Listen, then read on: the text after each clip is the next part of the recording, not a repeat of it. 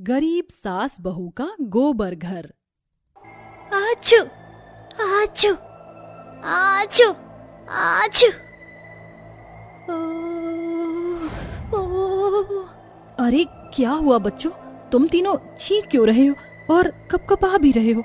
तुम तीनों की तबीयत तो ठीक है ना? देखो ना माँ, घर के अंदर चारों तरफ से ठंडी हवा आ रही है। ठंड के मारे शरीर कांप रहा है। माया और विभू को तो जुकाम भी हो गया है। अरे बहू, इन तीनों का तो शरीर आग की तरह तप रहा है। लगता है इन तीनों को बुखार हो गया है, लेकिन डॉक्टर साहब के पास जाने के लिए पैसे भी नहीं है। माँ जी, थोड़ी देर में शाम होने वाली है और आज इन्हें और पिताजी को तनख्वाह मिलेगी, तो उससे हम बच्चों के लिए दवाई और ये झोपड़ी भी ठीक करवा लेंगे। दिन पर दिन ठंड बढ़ रही है और इस टूटी हुई झोपड़ी में हवा भी आसानी से पास होती है। सही कहा तूने बहू, तू एक काम कर, बच्चों को ये चादर उड़ा दे। मैं उनके लिए जब तक काढ़ा बना लाती हूँ। थोड़ा काढ़ा पी लेंगे तो आराम मिल जाएगा। चंपा चूल्हे पर खांसते हुए अपनी तीनों पोती और पोते के लिए काढ़ा बनाकर लाती है। अपर्णा अपने तीनों बच्चों को काढ़ा पिलाती है और उन्हें सुला देती है। माँ जी, शाम होने के साथ ठंड बहुत ज्यादा बढ़ गई है। मेरे तो शरीर के साथ साथ दांत भी कपकपा रही हैं। लगता है 2-3 दिनों में बारिश होने वाली है। अगर ये बारिश हो गई तो ठंड और ज्यादा बढ़ जाएगी और फिर हम गरीबों का क्या होगा। ऊपर से ना जाने ये मारुति और ये कहाँ रह गए। तेरे ससुर और पति अभी तक घर लौटे नहीं। लगता है माँ जी रास्ते में होंगे, सेठ ने ज्यादा काम दे दिया होगा। अपर्णा और चंपा दोनों सास बहू की रात बातों में ही गुजर जाती है और अपने अपने पतियों का इंतजार करती हैं। सुबह के 5 बज जाते हैं, लेकिन रामदास और मारुति का कोई पता ही नहीं होता कि तभी उनके दरवाजे पर खटखट होती है। लगता है ये दोनों आ गए। जा बहू, तू दरवाजा खोल, मैं चूल्हे पर चाय चढ़ा देती हूँ। ठीक है माँ जी। अरे मोहन, पवन भाई साहब, आप यहाँ, वो भी इतनी सुबह सुबह। और ये आप लोगों के पीछे भीड़ कैसी? भाभी। अरे भाई साहब, आप रो क्यों रहे हैं? बताइए ना क्या हुआ। भाभी, काका और मारुति भैया अब इस दुनिया में नहीं रहे। मारुति और मोहन इतना कहते ही पीछे होते हैं और अपर्णा की नजर अपने मृत पति और ससुर की लाश पर पड़ती है। अपर्णा के लिए ये नजारा किसी भयानक मंजर से कम नहीं था। देखते ही देखते दोनों सास बहू विधवा हो गई थी और उनकी जिंदगी में एक मनहूस साया छा गया था। लेकिन ये सब हुआ कैसे? हम लोग जब सुबह रोज की तरह नदी किनारे गए थे तो अरे बाप रे बाप, ठंड तो काफी बढ़ गई है। लगता है अब सुबह सुबह नदी किनारे जाना छोड़ना पड़ेगा। अरे पवन, वो देख, वो लोग कौन है? लगता है रात में नशे की हालत में यही नदी किनारे सो गए। चल चलकर देखते हैं। पवन और मोहन जैसे ही उन लोगों के पास जाते हैं तो हे भगवान, ये क्या हो गया? ये तो रामदास काका और मारुति भैया हैं।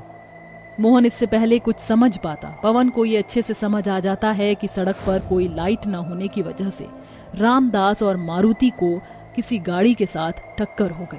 अंधेरे की वजह से ड्राइवर देख नहीं पाया होगा और जख्मी हालत में ये रात भर नदी किनारे पड़े रहे, जिसके चलते उनकी मौत हो गई। हे भगवान, ये तो सारे जुल्म, अत्याचार, दुख, दर्द, पीड़ा क्या हम गरीबों की किस्मत में लिखता है? माँ, दादा पापा को क्या हो गया? माँ, दादा पापा आप कभी नहीं आएंगे? अपने बच्चों के सवाल पर अपर्णा कुछ नहीं कह पाती और ऐसे ही 2 दिन गुजर जाते हैं। रात का समय होता है, सब लोग सो रहे होते हैं कि तभी अचानक बाहर तेज आंधी के साथ बारिश भी शुरू हो जाती है, जिसके चलते अब बारिश का पानी धीरे धीरे उनकी झोपड़ी के अंदर आने लगता है। माँ जी देखिए, ये बारिश का पानी घर के अंदर भरा ही जा रहा है। अब हम लोग क्या करें? बहू ये छोड़ और वो देख, लगता है हमारी छत गिरने वाली है। चल जल्दी से बच्चों को उठा और घर से बाहर निकल। हे भगवान, ये हमें तो कैसे दिन दिखा रहा है। पहले हमसे हमारा सुहाग छीन लिया और अब हम इतनी ठंड में बच्चों को लेकर कहाँ जाएंगे? ऊपर से ये बारिश। बहू वहाँ देख, चल हम लोग उस पेड़ के नीचे खड़े होते हैं। कम से कम इस ठंड में, इस बारिश से तो बच जाएंगे। चंपा, अपर्णा बच्चों के साथ उस पेड़ के नीचे जाकर खड़ी हो जाती हैं कि तभी उन्हें एक गाय दिखती है। माँ जी वो देखिए, वो गाय कब से बारिश में भीग रही है। आप यहाँ बच्चों के साथ रुकिए, मैं उस गाय को हमारे पास ले आती हूँ। पूरा परिवार उसे गाय के साथ रात भर उस पेड़ के नीचे ही खड़ा रहता है। सुबह होते ही चलिए माँ जी कहीं ठहरने का इंतजाम करते हैं, वरना इस ठंड में तो हम लोग यहाँ से वहाँ भटकते ही रहेंगे। लेकिन इस ठंड में हम लोग जाएंगे कहाँ? हमारे पास ना ही तो कोई ठिकाना है और ना ही पैसे। माँ माँ वो देखो, वो गाय क्या कर रही है? विभू, गाय गोबर कर रही है। अरे ये चीज मैंने पहले क्यों नहीं सोची? क्या बहू? माँ जी हम इस गाय के गोबर से आसानी से घर बना सकते हैं। हम लोग बांस और फूस को इकट्ठा करेंगे और फिर इस गाय के गोबर का लेप और उपले से हम लोग अपना घर बनाएंगे। पहले के समय में लोग गोबर के बने घरों में ही तो रहते थे। गोबर से बने घरों में ना ही तो कभी कीड़े मकोड़े मच्छर आते हैं और ना ही इसके अंदर ठंडी हवा आती है। ठंड में हम लोग इस घर में आसानी से रह सकते हैं। बहू तेरी तरकीब तो सच में बहुत अच्छी है। चल चलकर हम अपना गोबर का घर बनाने की तैयारी करते हैं। अपर्णा के तीनों बच्चे एक जमीन पर खुदाई करने का काम शुरू कर देते हैं। वहीं चंपा जंगलों से कुछ बांस और फूस को इकट्ठा करती है और अपर्णा गाय के गोबर से लेप और उपले बनाती है। लगातार 2 दिनों की मेहनत के बाद अपर्णा का गोबर का घर बनकर तैयार हो जाता है। माँ जी देखिए, मैंने पूरी जमीन को और आंगन को गोबर से लीप दिया है और हमारे इस गाय के लिए भी मैंने ये छोटा सा तबेला बना दिया है। माँ हमें सिर्फ इस गाय की वजह से हमारा नया घर मिल पाया है। क्यों ना हम इसका नामकरण करें? अगर ये ना होती तो हम लोग अभी भी ठंड में इधर उधर भटक रहे होते। हाँ अंतरा, मेरा बेटा, तूने बिल्कुल ठीक कहा। हम अपनी गाय का नाम लक्ष्मी रखेंगे। हम इसे आज के बाद लक्ष्मी कहकर पुकारेंगे। माँ बहुत भूख लग रही है, कल रात से कुछ भी नहीं खाया है। माँ मुझे भी बहुत भूख लग रही, कुछ खाने के लिए दो ना। बहू घर छोड़ने के समय मैंने थोड़े चावल पन्नी में बांध लिए थे। अभी के लिए तो मैं ये चावल बना देती हूँ, लेकिन बाद में क्या करेंगे?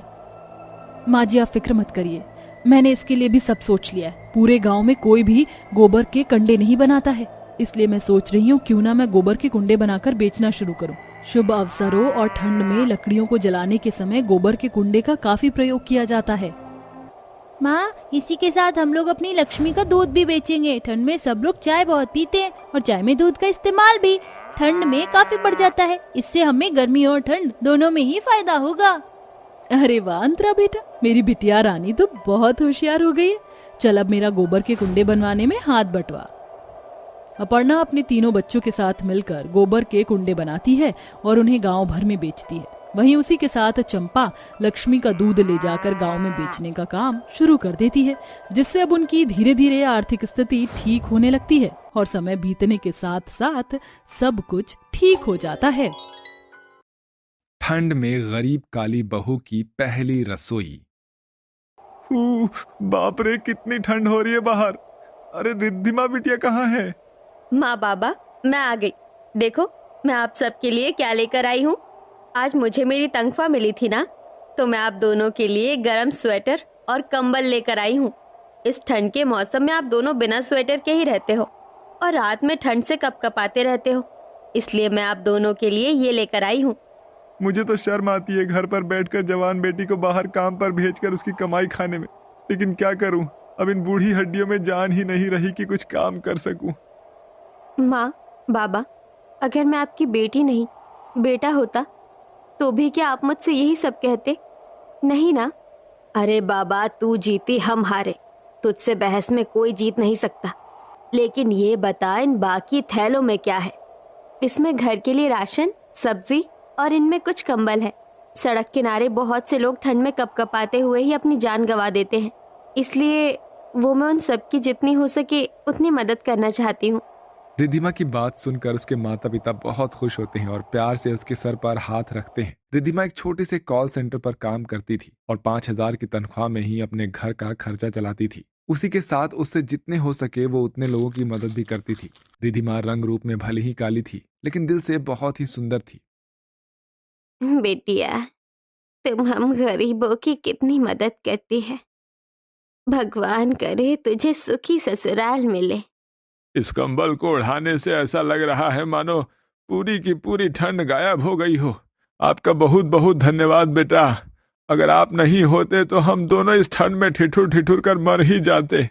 वो बूढ़ी औरत और बूढ़ा आदमी रिद्धिमा को बहुत सारी दुआएं देते हैं। रिद्धिमा को गरीबों की मदद करते हुए दूर खड़ा एक लड़का अर्णव देख रहा होता है। गरीबों की ऐसी मदद करता देखकर वो रिद्धिमा से इम्प्रेस हो जाता है और वहां से चला जाता है। अब अर्णव जब भी उस रास्ते से गुजरता है तो हमेशा रिद्धिमा को लोगों की मदद करते हुए देखता है, जिससे धीरे धीरे अर्णव रिद्धिमा को पसंद करने लगता है। ऐसे ही एक दिन हाय। मैंने आपको पहचाना नहीं। दरअसल मेरा नाम अर्णव है और मैं आपको कई दिनों से लगातार देख रहा हूँ कि आप इन सड़कों पर रहने वाले गरीबों की किसी न किसी तरीके से मदद करती हो रोज। मैं एक मामूली सी नौकरी करती हूँ और वही पास वाली बस्ती में ही रहती हूँ। मुझे भगवान ने इस काबिल तो बनाया है कि लोगों की मदद कर सकूं, इसलिए मुझसे जितना हो सके मैं लोगों की उतनी मदद करती हूँ। ये लड़की कितनी अच्छी है ना, गरीब होने के बावजूद ये लोगों की कितनी मदद करती है। आज के जमाने में ऐसी लड़कियां देखने को कहाँ मिलती है यार। काश ये लड़की मेरी जीवन साथी बन जाए। आपने कुछ कहा? जी नहीं।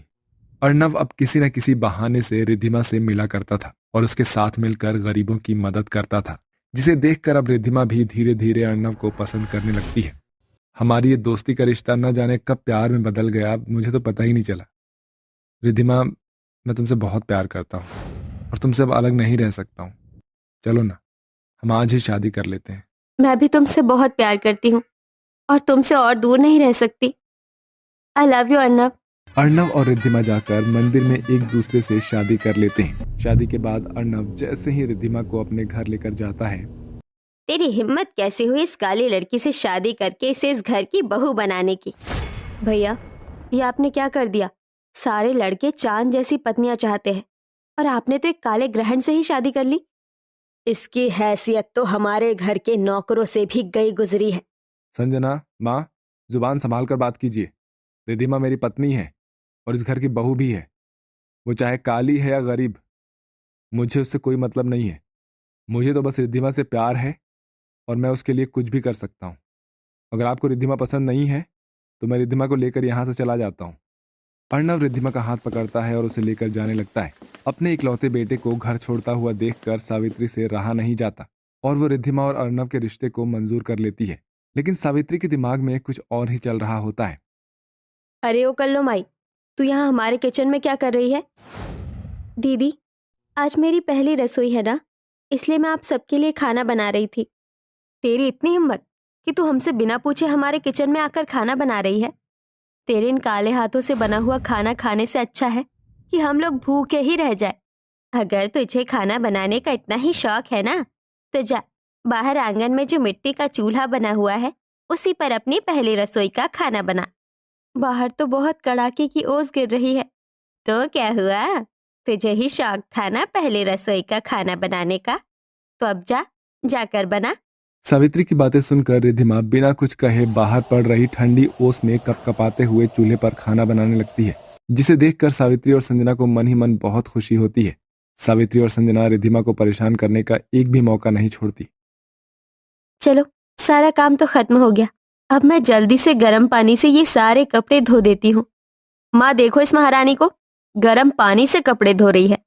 माँ जी, आप तो जानती है ना, सर्दियों का मौसम है और सर्दियों के मौसम में मैं ठंडे पानी से कैसे कपड़े धोऊंगी? ठंडे पानी की वजह से मेरे हाथों में सूजन हो जाती है। देखा संजना, इस महारानी को ठंडे पानी की वजह से हाथों में सूजन हो जाती है। आज तो मैं तेरी सारी की सारी सूजन उतार कर ही रख दूंगी। सावित्री इतना कहती है और रिद्धिमा का हाथ पकड़कर गर्म पानी की बाल्टी में डाल देती है। माँ जी, मुझे छोड़ दीजिए, मेरे हाथ जल रहे हैं। माँ, इसके हाथ तब तक मत छोड़ना जब तक इसके हाथों की चमड़ी ना निकल जाए।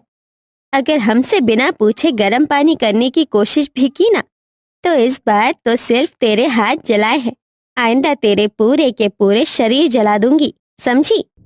सावित्री और संजना का अत्याचार दिन प्रतिदिन रिद्धिमा पर बढ़ता ही जा रहा था, लेकिन रिद्धिमा इस बारे में ना ही अपने पति को कुछ कहती थी और ना ही अपने मायके में। ऐसे ही 6 महीने गुजर जाते हैं और एक दिन, तेरे हाथों में क्या मेहंदी लगी है जो इतनी धीरे धीरे बर्तन मांज रही है?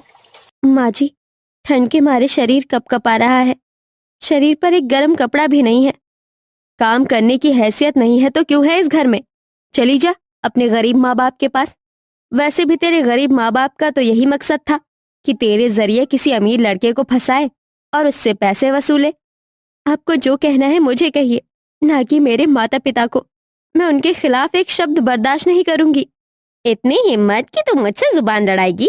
आज मैं तुझे ऐसी सही जगह भेजती हूँ, वहाँ तुझे बिल्कुल भी ठंड नहीं लगेगी। सावित्री रिद्धिमा के बाल पकड़कर खींचते हुए उसे चिमनी के पास ले जाती है और चिमनी में लगी आग की तरफ धकेलने लगती है कि तभी वहां पर अर्णव आ जाता है और रिद्धिमा को बचा लेता है। माँ, संजना, ये क्या करने जा रही थी आप लोग? आपकी हिम्मत कैसे हुई मेरी पत्नी के साथ ऐसा बर्ताव करने की? अरे मुझे तो शर्म आती है कि आप दोनों मेरी माँ और बहनें हो। आप दोनों ने जो मेरी पत्नी के साथ किया है ना, उसकी सजा तो आपको मिलकर रहेगी। मैं अभी पुलिस को कॉल करता हूँ। ये क्या कर रहे हैं आप? प्लीज पुलिस को कॉल मत कीजिए, वरना हमारे खानदान की बहुत बेइज्जती होगी। इन्हें माफ कर दीजिए। जिस लड़की को आप दोनों ने इतना परेशान किया और मारने की कोशिश भी की, आज वही लड़की आप दोनों की जान बचा रही है। रिद्धिमा, हम दोनों ने तुम्हारे साथ इतना सब कुछ किया और फिर भी तुम हमारा ही साथ दे रही हो। मुझे माफ कर दो रिद्धिमा, मुझे माफ कर दो। पैसे के घमंड में चूर मैंने तुम्हें कुछ समझा ही नहीं। मुझे भी माफ कर दो। हम तुम्हारे सामने हाथ जोड़कर माफी मांग रहे हैं। हमें हमारी गलती का एहसास हो गया है।